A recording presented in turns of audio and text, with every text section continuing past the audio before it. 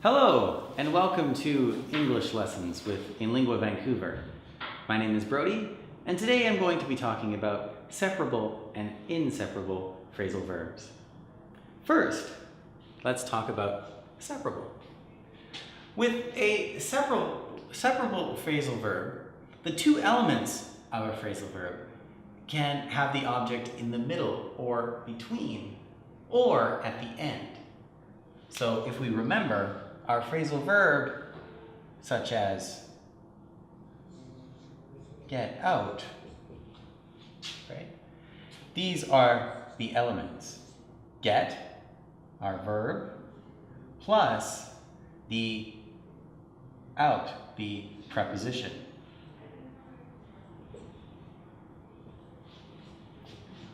So our examples here. The teacher wants us to write down everything she says. The teacher wants us to write down. Write down is our phrasal verb, and we're talking about writing down everything.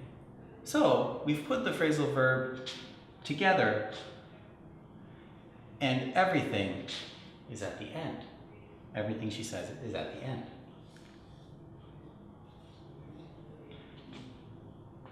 First, I'd like to talk about, so let's go over the examples that I have here on the board.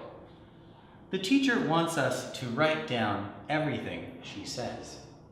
Write down is our phrasal verb, and it does not have the object in between, but at the end.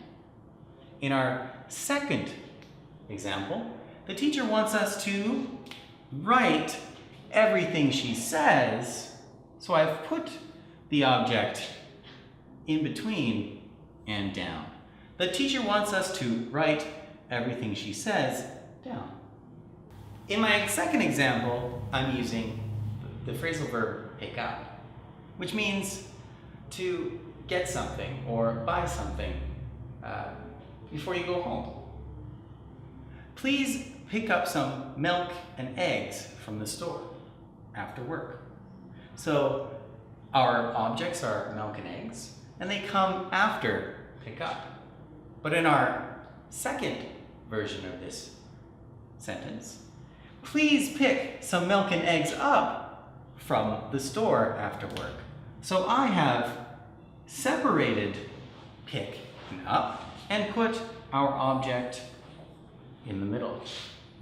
And that is how a separable phrasal verb works. Next, now let's talk about inseparable phrasal verbs. This is when the two elements of the phrasal verb cannot be separated, and the object goes at the end. In our first example here, they got in just before midnight last night. Not, they got just before midnight in last night. Our object cannot go between the phrasal verb and has to come after. So we have to keep got and in, the two elements, together. On our second example, we can see this as well. We ran out of milk and eggs this morning. Here is my phrasal verb, ran out of. And to run out of means you no longer have any more, right? You have no quantity.